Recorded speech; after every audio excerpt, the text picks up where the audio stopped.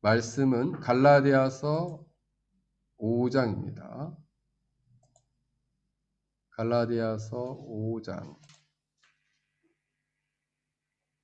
1절에서 6절입니다. 갈라디아서 5장 1절에서 6절. 우리 다 함께 같이 읽겠습니다. 시작. 그리스도께서 우리를 자유롭게 하시려고 자유를 주셨으니 그러므로 굳건하게 서서 다시는 종의 멍에를 매지 말라. 보라, 나 바울은 너희에게 말하노니 너희가 만일 할례를 받으면 그리스도께서 너희에게 아무 유익이 없으리라. 내가 할례를 받은 각 사람에게 다시 증언하노니 그는 율법 전체를 행할 의무를 가진 자라. 율법 안에 의롭다함을 얻으려 하는 너희는 그리스도에게서 끊어지고 은혜에서 떨어진 자로다. 우리가 성령으로 믿음을 따라 의의 소망을 기다리노니 그리스도 예수 안에서는 할례나 무할례나 효력이 없으되 사랑으로서 역사하는 믿음뿐이니라. 아멘. 우리 다 함께 같이 기도하겠습니다. 하나님, 이 시간 저희들이 말씀을 듣겠사오니 하나님 연약한 설교자를 성령의 장중에 붙들어 주셔서 하나님의 거룩한 뜻을 가감없이 선포할 수 있도록 하나님 이 시간 역사하여 주옵시고 말씀을 듣는 우리 주일학교 우리 고등부 학생들의 영혼 가운데도 이 말씀이 심기어지고 우리 각 성도들 영혼 안에 놀라운 변화의 역사, 생명의 역사를 일으켜 주시옵소서. 감사드리며 예수님 이름으로 기도하옵나이다. 아멘. 오늘 말씀의 제목은 사랑 시리즈 14번째입니다. 14번째 제목은 사랑으로서 역사하는 믿음이란 주제입니다.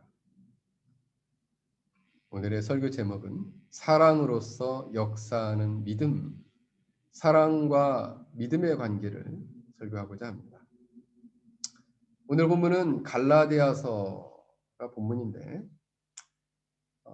갈라디아서는 현재적으로 치면은 터키 땅입니다. 터키. 그곳에 이 사도 바울과 그의 동역자들이 이 갈라디아 지역의 복음을 전하고 그곳에 교회를 세우게 되었습니다. 갈라디아 교인들은 지난날에는 우상 숭배하는 자들이었는데 그런 이방인들이 복음을 믿고 나날이 그들의 믿음이 성장하고 있었습니다. 그들의 마음에는 저로 말미암아 구원받은 기쁨이 있었고 그들을 구원해 주신 하나님께 대한 참된 감사로 충만했습니다. 그런데 언제부턴가 유대로부터 거짓 교사들이 찾아와서 바울을 험담하고 그가 가르쳐준 가르침이 잘못된 것이라고 말하기 시작했습니다. 그들은 말하기를 우리가 구원을 받기 위해서는 예수 그리스도만을 믿기만 해서는 안 된다.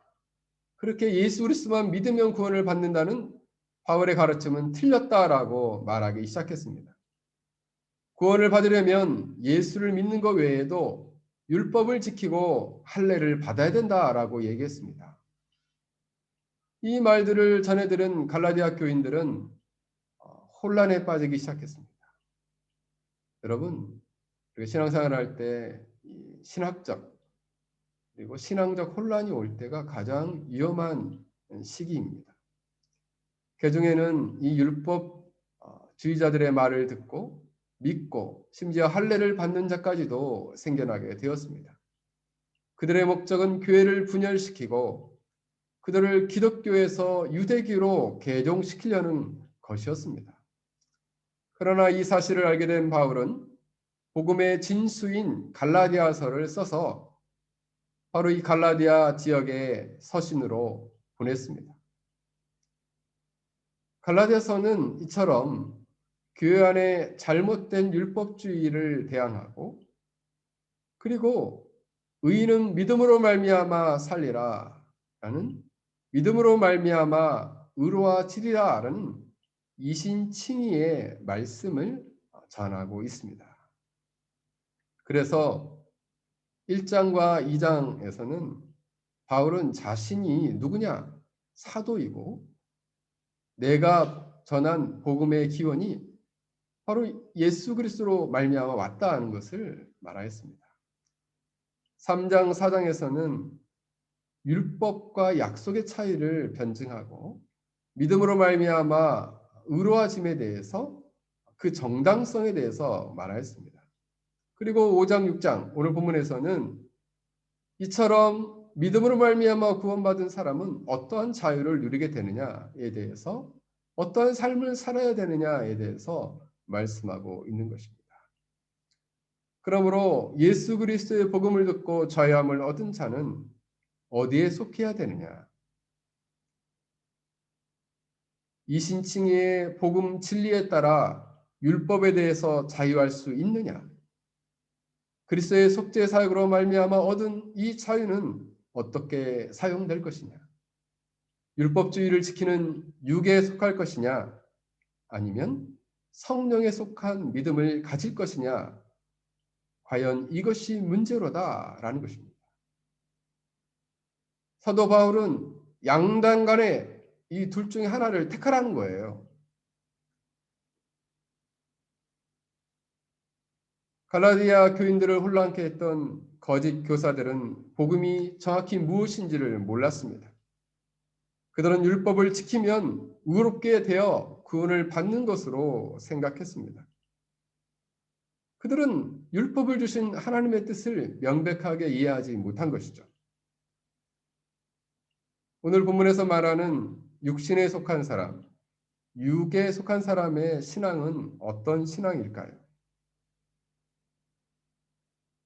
오늘 사도 바울은 만약 갈라디아 교인들이 할례를 받아 구원을 받는다고 하는 율법자들의 말을 듣고 그것에 미혹되어 할례를 받게 된다면 예수 그리스도의 은혜로부터 끊어지는 결과가 있게 될 것이다 라고 경고하고 있습니다.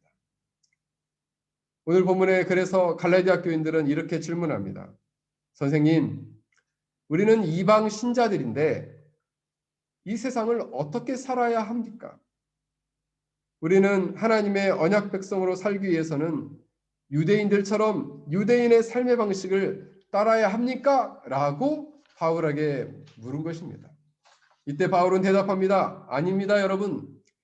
여러분은 유대인의 삶의 방식을 채택할 필요가 없습니다. 여러분들은 유대인의 삶의 방식을 채택하면 채택할수록 여러분들은 모든 율법을 지켜야 되는 의무 아래로 떨어지고 율법의 노예가 되고 저주를 받게 될 것입니다. 여러분, 사도시대뿐만 아니라 지금까지도 많은 사람들이 예수를 믿는 것 외에도 다른 어떤 조건 때문에 다른 무언가가 있어야지 구원에 이른다라고 조건을 내세우는 사람들이 많이 있었습니다. 이런 사람들은 결국 믿음으로 말미암아 구원에 이르는 복음 전체를 거역하는 죄를 범하게 되는 것입니다. 갈라디아 교인들에게 권면되었던 할례를 행하고 율법을 지킴으로써 의로워지려고 하는 인간의 노력과 시도는 이것은 매우 복음과는 무관한 모습이었다는 점입니다. 바로 이러한 신앙은 율법의 정죄에 처할 수밖에 없고 육에 속한 믿음을 가질 수밖에 없다는 거예요. 미국의 20세기에 조나단 에드워즈 사상을 가장 잘 가르치고 풀어 해설하는 설교자 중에 한 사람이 누구냐면 존 파이퍼 목사님이라는 분이 계십니다. 존 파이퍼 목사님은 처음 교회에 담임 목사님으로 부임을 해서 갔는데 그 교회에 하나 이 절대적으로 금지하는 율법과 같은 게 하나 있었던 거예요. 그것은 바로 뭐냐면 우리 교회 그 교회가 베들레헴 교회인데 베들레헴 교회 서약이라고 해서 교회에 딱 붙여져 있는 거예요. 우리는 술을 음료로 사용하거나 파는 것을 삼가해야 한다라는 거예요. 당시 이전에 그 교회 지도자들은 이렇게 얘기를 했습니다. 우리가 예수님을 구주로 믿고 마음을 다하여 그분을 주님으로 모시고 살고 또 그분의 명령을 따라 정식으로 세례를 받았고 신앙 고백에 진심으로 동의한다 하더라도 파티나 친척들을 방문할 때 포도주를 마신다면 우리 교회 교인이 될 수 없습니다라고 이야기를 했다는 것이죠. 이게 전통적으로 그 교회 안에 내려오고 있었어요. 존 파이프 목사님은 이 문제는 이 절대 금지의 규정은 율법주의적 배타주의다라고 생각했습니다. 이게 좀 어려운 말인데 율법주의는 크게 두 가지인데 하나는 뭐냐? 행동에 대한 하나님의 호의와 구원을 얻기 위해서 행동에 대한 성경적 기준을 인간의 자신의 힘으로 지켜야 된다는 태도예요. 즉 구원을 얻기 위해서 하나님의 호의와 사랑을 얻기 위해서는 내가 행동으로 나의 힘으로 이 성경적 기준을 지켜야 된다라는 생각인 것이죠. 이것은 하나님 성경의 율법을 지키면서 자신의 도덕성을 과시하게 되었어요. 예수님 당시의 대표적인 사람들이 바리새인들이었죠. 그들은 11조를 바치고 금식하는 이유가 이것을 통해서 자신의 신앙을 과시하는 모습을 보였다는 것입니다. 우리가 거룩해지는 데 있어서도 하나님의 능력을 의지하는 것이 아니라 자신의 힘을 의지하는 것이죠. 둘째로 율법주의는 성경에 있지도 않은 정확히 말하고 있지 않은 행동을 구체적 조건으로 만들어서 거기에 이것을 해야만이 진정한 교인이다라고 스스로 자기 나름대로의 율법을 만들어버린 것입니다. 그래서 이 기준에 들어오지 않으면 교인이 아니고 구원받지 못했고 하나님 백성이 아니다라고 그들을 배척해버리는 것이죠. 그것은 성경이 말하고 있는 것이 아니라 그들 스스로 만들어낸 규정이에요. 그러나 이 두 가지 역시 공통점은 무엇이냐 하면 하나님의 능력을 의지하지 않는 그 뿌리 안에는 바로 인간의 생각이나 의지, 행동을 의지하는 불신앙이 자리 잡고 있다는 사실입니다. 그래서 존 파이프 목사님은 이렇게 말했습니다. 하나님은 이러한 율법주의를 알코올 중독만큼이나 싫어하신다는 것은 의심의 여지가 없다. 알코올 중독과 율법주의를 비교해 보면 알코올 중독자도 많은 사람을 지옥으로 인도했지만 이 율법주의자들도 더 많은 사람을 영원한 파멸로 이끌었다는 것입니다. 알코올 중독자들은 술병을 의지하게 하지만 율법주의자들은 자만하게 하여 아무도 의지하지 못하게 한다는 거죠. 율법주의자는 오직 자신의 행동, 자기 자신만 의지하게 한다는 거예요. 알코올 중독자들은 겉에서 보면 실패하고 질병에 걸린 것처럼 보이지만 율법주의자들은 교회에서 환영을 받고 성공한 사람처럼 보이기 때문에 매우 위험하다는 것입니다. 그래서 존 파이프 목사님은 절대 금주의 서약을 이렇게 고쳤다고 합니다. 우리는 그리스도의 몸에 부당한 해를 끼치거나 우리 자신이나 다른 사람의 믿음에 위험을 빠뜨리는 모든 약물과 먹는 것과 마시는 것과 관습을 삼가토록 한다. 더 어렵게 만든 거예요. 근데 더 성경적이죠. 더 철저한 헌신적이면서 그리스도 안에 있는 양심의 자유보다 성경적 위상을 가진 교회의 서약이었다. 여러분, 이처럼 그렇게 함으로써 그 교회는 더 성숙한 믿음으로 나아갈 수 있게 되었다는 것입니다. 사랑하는 성도 여러분, 저는 여기서 그럼 술을 먹어도 되냐라고 말하는 것이 아니에요. 그것 자체가 그 사람의 모든 신앙의 기준이 되어서 그것만을 뛰어넘으면 참된 믿음인 것처럼 생각해서는 안 된다는 것이죠. 참된 믿음을 가진 사람은 신앙의 양심을 따라 그것을 절제할 줄 알고 그리고 자기 자신을 하나님의 거룩한 성전으로 거룩하게 지키며 살아갈 줄을 안다는 것이죠. 사랑하는 성도 여러분, 여러분들은 육에 속한 사람입니까? 아직도 하나님의 호의와 구원을 얻기 위하여 자기 자신의 노력이나 의지를, 행동을 의지하고 있는 사람입니까? 이것은 알코올 중독만큼이나 위험한 것입니다. 왜냐하면 거기에는 삼위일체 하나님에 대한 절대적 믿음이 없기 때문입니다. 그러므로 우리는 오직 마음을 새롭게 하여 전적으로 우리의 노력과 우리의 행동과 우리의 힘으로는 하나님 보시기에 의롭다라고 그 의로움에 도달할 수 없기 때문에 나는 하나님의 은혜를 바라봅니다라는 절대 의존의 믿음이 필요하다는 사실입니다. 그렇다면 이 육에 속한 믿음을 가진 사람들의 삶의 결과는 어떻게 나타나게 될까요? 만약 교회 교인들이 새로운 마음으로 하나님의 은혜를 구하지 않고 철저하게 자신의 노력과 힘, 행동을 의지하게 된다면 그들은 어떻게 될까요? 오늘 성경에 보면 그들은 유대인의 삶의 방식에 지배를 받는 사람이 되게 될 것이다. 여러분, 마음 안에서 끊임없이 육신을 의지할 거냐?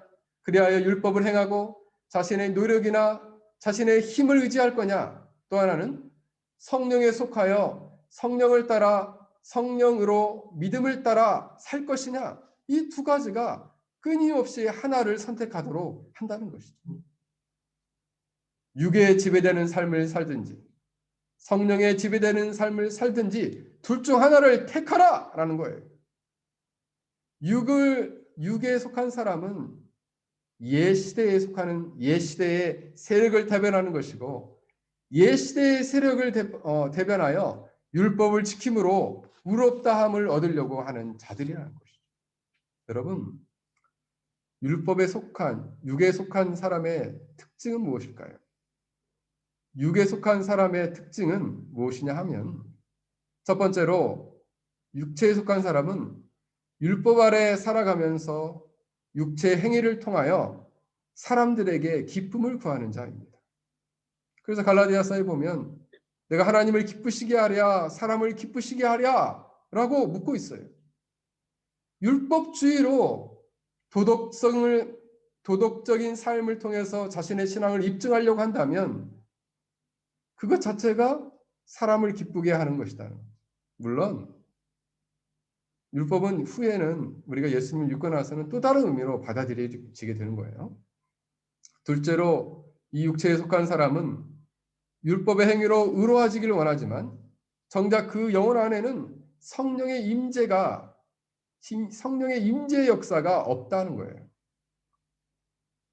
율법을 아무리 준수한다 할지라도 바울처럼 율법으로 의롭다 인정함을 받을 수 없다는 것입니다. 왜냐하면 거기는 성령이 역사하지 않기 때문입니다. 갈라디아서 3장 2절을 보면 이렇게 말씀하고 있어요. 너희가 성령을 받은 것은 율법의 행위로냐 듣고 믿음으로냐. 율법의 행위가 아니라 듣고 믿음으로써 성령을 받게 된다. 세 번째로 육체에 속한 사람은 율법의 행위를 행하게 되는데 이것은 육체의 일이다라고 사도 바울은 말하고 있습니다. 육체의 행위는 열매로서 육체의 일을 거두게 됩니다. 육체의 일은 육체의 욕심을 이루고 거기에 마음을 뺏기게 돼요. 여러분, 사실 육체라는 것은 교리적으로 보면 죄의 부패 가운데 있는 인간의 모습을 말합니다. 인간의 실존적인 모습이죠. 죄의 부패 가운데 있는 인간의 실존적인 모습. 로마서 7장 5절에 보면 우리가 육신에 있을 때에 죄의 정욕이 우리 지체 중에 역사했다라고 말합니다. 육체 가운데 있는 자들은 여전히 죄의 정욕이 그들 가운데 역사하고 있는 것이에요. 로마서 7장 14절을 보면 나는 육신에 속하여 죄 아래 팔렸도다라고 말씀하고 있어요. 죄 아래 살아가는 사람이 육신 안에 있는 사람은 자신의 정욕대로 정욕이 역사하여 그것을 지배받고 있는 사람이고 그리고 죄에 팔려 있는 사람입니다. 율법을 행하는 자는 육체의 일을 열매로 거두게 됩니다. 갈라디아서 5장 19절부터 21절을 보면 육체의 일에 대한 15가지의 악이 나옵니다. 이 15가지의 악은 육체의 일로서 인간의 힘과 노력으로 살아가는 자, 인간의 힘이나 능력, 그리고 이것을 통해서 의로워지려고 하는 자들이 결국에는 어떤 열매를 맺게 되느냐. 4가지 범주로 나눌 수 있는데 첫 번째는 3가지의 악이 어디에서 나타나냐면 성적인 악으로 나타난다. 음행과 더러운 것과 호색의 모습으로 나타난다. 두 번째는 종교적인 악은 우상 숭배와 주술로 나타난다. 세 번째, 8개의 사회적인 악은 원수 맺음, 분쟁, 시기, 분냄, 당 짓는 것, 분열함, 이단, 투기로 나타난다. 2개의 무절제한 악은 술 취함과 방탕함으로 나타난다. 이러한 자들은 결론적으로 사도 바울은 뭐라고 말합니까? 이러한 자들은 하나님의 나라를 유업으로 받지 못한다라고 말하고 있어요. 그 중에서 저도 이제 가끔씩 이런 질문을 받는데, 목사님, 술 먹으면은 하나님 나라 못 가나요? 예, 못 갑니다. 술 취한 자는 하나님 나라를 유업으로 받지 못한다. 그리고 또 물어요. 목사님, 맥주는 술인가요? 음료수인가요? 술이에요, 술. 그러면 술 취한 자는 하나님 나라 유업을 못 받으니까 나는 술을 조금만 먹으면 되겠군요. 술을 조금만 먹으면 계속해서 먹게 돼요. 그럼 또 술을 취하게 돼요. 그래서 여러분 성경의 말씀대로 보면 술 취한 자는 하나님 나라의 유업을 받지 못합니다. 성적인 죄악을 범하거나 우상 숭배나 주술에 빠진 자거나 사회적인 악을 행하여 원수 맺고 싸우고 분쟁하고 시기하고 분내고 당을 짓고 누군가를 미워하고 분열시키고 그리고 이단에 빠지는 자들은 하나님 나라를 유업으로 받지 못한다는 거예요. 술 취하고 방탕한 자들, 무절제한 자들도 하나님 나라를 유업으로 받지 못한다는 거죠. 어떤 한 부자가 천국에 갔습니다. 천국 문 앞에 가서 들어가려고 했더니 천사가 암호를 대라는 거예요. 암호를. 그래서 이 부자는 이렇게 말했답니다. 저는 교회에 헌금을 많이 했습니다. 도덕적으로도 깨끗한 삶을 살았습니다. 언제 어디서나 사람들에게 존경을 받았습니다. 이 사람은 매우 율법주의적인 사람이고 도덕적인 사람이고 사람의 인정과 존경을 먹고 사는 사람이었어요. 그래서 천사는 당신은 이곳에 들어갈 수가 없습니다 라고 말했답니다. 그 사람이 물러가고 외모가 훌륭한 한 남자가 다시 천국 문을 두들겼습니다. 그래서 천사는 또다시 암호를 물었어요. 저는 성직자로서 주님을 섬겼습니다. 주님의 이름으로 의로운 일을 많이 했고 유명한 기관에서 나에게 최고의 영예를 주었습니다. 라고 말했을 때 천사는 말했습니다. 당신은 진정한 왕을 알지 못합니다. 그 사람이 물러가고 할머니 한 분이 왔습니다. 그녀는 두 눈이 반짝거리며 얼굴이 빛나고 있었습니다. 그는 천사가 묻기 전에 소리 들으며 노래 부르기 시작했습니다. 예수 그리스도의 피, 나의 대답은 오직 피라오. 그 피가 나를 씻겨준다오 라며 찬양하기 시작했습니다. 이때 천국 문이 열리고 천국의 합창단들이 할머니와 부르는 찬양을 함께 찬양하기 시작했다라는 이유입니다. 여러분, 우리가 하나님 나라에 들어갈 수 있는 유일한 것은 예수 그리스도의 피, 오직 복음을 통해서만이 그것을 믿음으로 말미암아 구원에 이르고 의로워질 수 있는 것입니다. 영원한 하나님 나라에 들어갈 수 있는 유일한 암호는 죄를 회개하고 예수 그리스도를 믿고 예수 그리스도의 보혈을 의지하는 자만이 구원에 이르게 되는 것입니다. 하이델베르그 요리문답 70문에 보면 그리스도의 피와 성령으로 씻겨진다는 것은 무엇을 의미합니까? 라고 말씀하고 있습니다.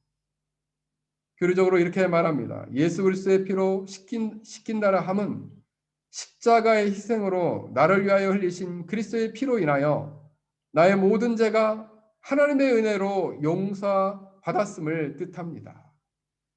그리스도의 영으로 씻긴다 함은 성령께서 나를 새롭게 하셨고 또한 그리스도의 지체가 되게 하기 위하여 죄에서 멀어지게 하셔서 점점 내가 죄에 대하여 죽은 자가 되게 하시고 점차 거룩하고 흠이 없는 삶을 살도록 하심을 의미합니다. 라고 말씀하고 있습니다.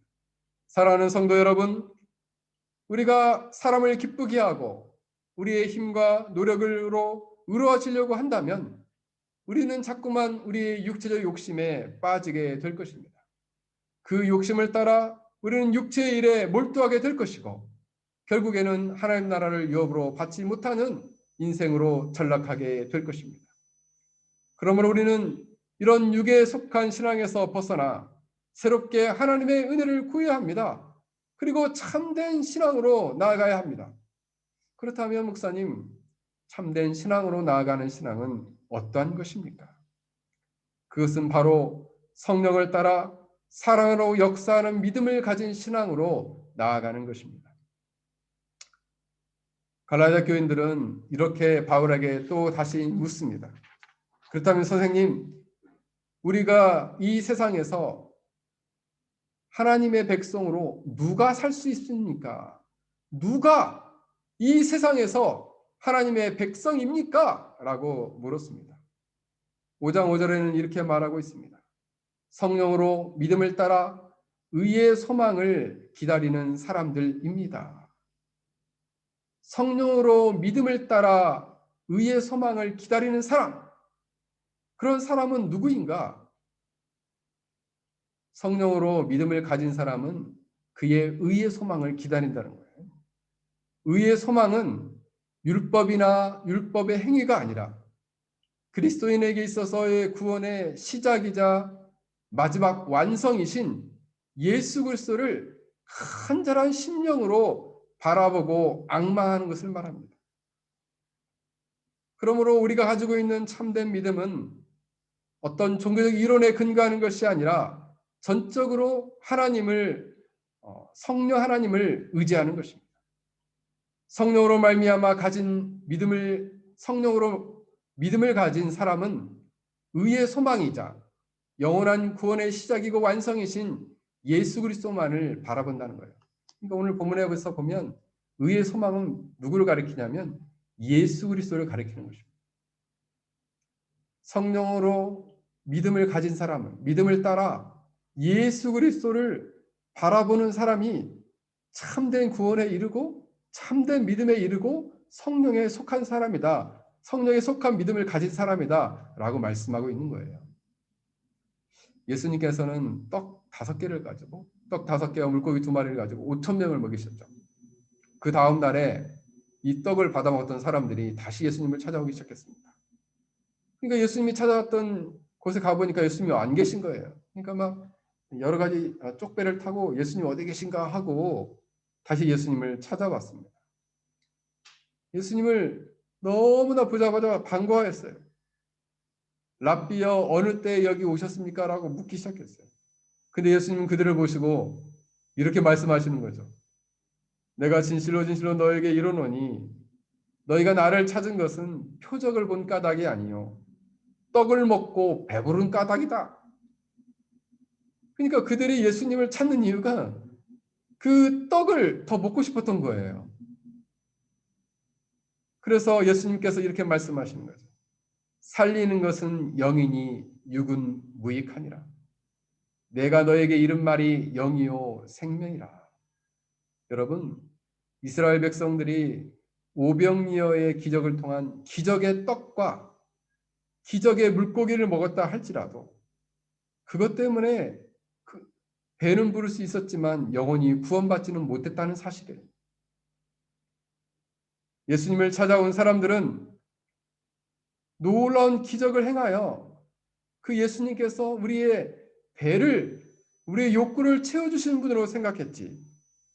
그들은 바로 예수 그리스도를 믿고 구원을 얻는 일에는 무관심했다는 것입니다.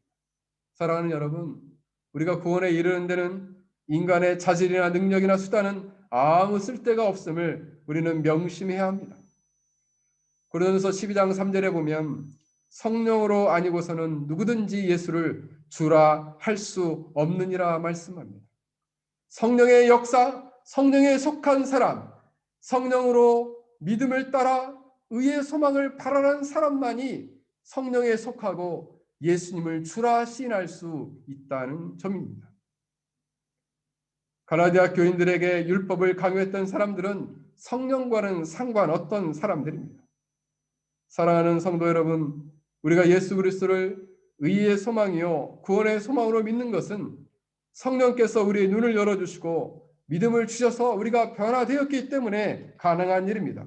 그러므로 우리는 이렇게 기도해야 돼요. 성령 하나님, 우리 마음에 놀라운 변화를 일으켜 주십시오.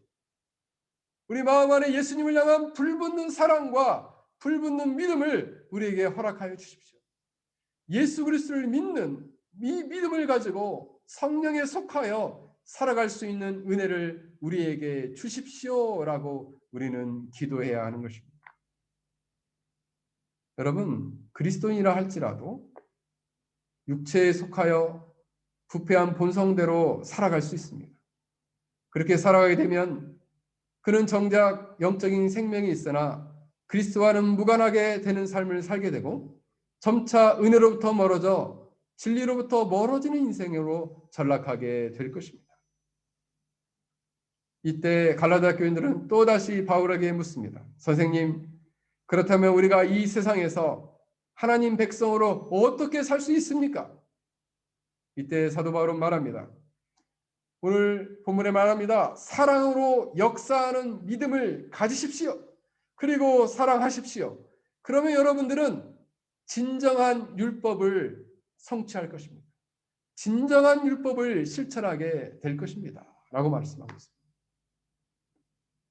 이때 또 물어요. 선생님, 그러면 우리가 어떻게 사랑을 할 수 있을까요? 바울은 말합니다. 성령을 따라 행하십시오. 여러분이 성령을 따라 살면 여러분들은 율법으로부터 자유로워지고 사랑을 실천하는 삶을 살 수 있습니다. 라고 대답하고 있습니다. 여러분, 하나님 백성들은 사랑으로 역사하는 믿음을 가지고 사랑을 실천하는 삶을 살아야 된다라고 사도 바울은 권면하고 있습니다. 성령 하나님만을 의지하는 사람은 사랑을 실천하며 살아갈 수 있다라고 말씀하고 있습니다. 이것이 진정한 율법의 완성에 이르는 길이다. 왜요? 율법의 완성은 사랑의 실천이기 때문입니다.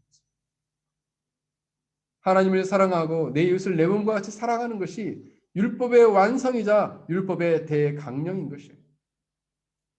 믿음은 무엇으로 표현될까요? 사랑으로 표현되는 거예요. 참된 믿음은 사랑을 실천하는 사람입니다. 참된 믿음은 사랑을 실천하는 믿음이에요. 아우구스티누스, 바로 어거스틴은 이 믿음과 사랑은 하나님의 은혜의 선물이다라고 말했습니다. 참된 믿음과 거짓된 믿음을 무엇으로 분별할 수 있느냐? 두 가지로 분별할 수 있다는 거죠. 참된 믿음은 참된 사랑이 있다. 참된 믿음은 참된 사랑이 있다. 그 참된 사랑은 까리타스의 사랑이다. 지고지순한 사랑, 자유로운 사랑이다. 이렇게 말했어요. 그러니까 참된 믿음이 있는 사람은 참된 사랑이 있고 그 사랑은 지고지순한 사랑으로 하나님을 사랑하고 그 사랑을 가지고 자유롭게 곤고한 영혼들을 사랑하는 것이다. 이게 참된 믿음이라는 거예요. 그런 거짓된 믿음은 또 다른 사랑이, 거짓된 사랑이 있는데 이 사랑의 이름은 무엇이냐 하면 꾸피티다스, 즉 정욕적 사랑이다. 이 정욕적 사랑은 결국 탐욕을 불러일으키게 되고 육체의 일에 빠지게 된다는 거예요. 그러므로 사랑과 믿음과 사랑의 관계는 어찌 보면 믿음과 사랑의 관계는 믿음은 사랑의 시작이고 사랑은 믿음의 열매다. 이렇게 말씀드립니다. 다시 말씀드릴게요. 믿음은 사랑의 시작이고 사랑은 믿음의 열매이다. 결국 무엇입니까? 참된 믿음을 가진 사람은 사랑으로 시작하여 사랑으로 열매를 맺게 되는 거예요. 여러분 주위에 이런 사람들 있죠. 저분은 믿음이 아주 좋으셔. 저 사람은 참 신앙이 있는 것 같아. 근데 사랑이 없는 사람들 있죠. 사랑이 없고 맨날 비판만 하고 그렇게 살면 안 된다고 맨날 정죄만 하고 좋은 믿음 가진 사람 아니에요. 믿음 있는 사람은 어떤 사람이에요? 연약한 자들을 돌보고 그들을 위로하고 사랑하고 그들을 섬길 줄 아는 사람이죠. 사랑할 줄 아는 사람이에요. 오늘 사도 바울은 말합니다. 믿음과 사랑은 동반자 관계이고 사랑으로 역사하는 것이 믿음이다. 그래서 아우구스티누스는 믿음과 사랑은 동반자다 이렇게 말했습니다. 뗄래야 뗄 수 없다. 여러분 좋은 믿음을 갖길 원하세요? 참된 믿음을 갖기를 원하세요? 그렇다면 하나님을 사랑하고 그 사랑으로 우리 주위에 있는 가족들과 우리의 주위에 있는 이웃들과 성도들을 사랑하는 삶을 살아가야 합니다. 어느 힌두 교인이었던 한 자매가 선교사님의 복음을 듣고 예수님을 믿게 되었습니다. 그녀는 성령으로 믿음을 따라 예수 그리스도만을 바라보게 되었습니다. 믿음 좋은 사람이 되었던 것이죠. 그 사실을 알게 된 선교사님은 이 여인에게 물었습니다. 자매님, 집에서 남편이 자매님에게 화를 내면 어떻게 합니까? 그래서 그 자매가 말했습니다. 선교사님, 저는 남편이 화를 내면 더 좋은 음식을 만들고 남편이 불평할 때면 마루와 집을 더 깨끗이 청소하고 남편이 퉁명스럽게 말하면 저는 더 부드럽게 대답합니다. 선교사님, 저는 크리스찬이 된 뒤로 더 사랑이 많은 아내와 사랑이 넘치는 엄마가 되기로 노력하고 있습니다. 라고 고백하였습니다. 여러분들은 어떻습니까? 여러분들의 믿음이 참된 믿음인지 거짓된 믿음인지는 무엇으로 보여줄 수 있습니까? 여러분이 실제로 현재 살아가는 삶의 영역에서 지금 이 코로나 상황에서 집에 있을 때 또 남편과 통화를 할 때나 그리고 주위에 있는 성도들과 이웃들을 만날 때 우리의 사랑은 나타나야 합니다. 그들이 어려운 말을 해도 우리는 들어줄 줄 알고 그들이 고통스러운 말로 고백할 때 그들을 위해 울며 기도해 줄 줄 알고 그리고 곤고한 영혼, 상처받은 영혼이 있으면 그들의 영혼들이 주님을 만나 회복되기를 위해 간구하고 기도할 수 있어야 합니다. 바로 이러한 사람이 성령으로 믿음을 따라 의의 소망을 바라보고 구원주이신 예수 그리스도를 참되게 믿고 사랑으로서 역사하는 믿음을 가진 사람입니다. 우리 사랑하는 성도 여러분들이, 우리 penang 열린교회 성도 여러분들이 이렇게 사랑으로서 역사하는 믿음을 가진 사람들로 굳게 서기를 주의 이름으로 간절히 축원합니다. 우리 함께 같이 기도하겠습니다. 우리 함께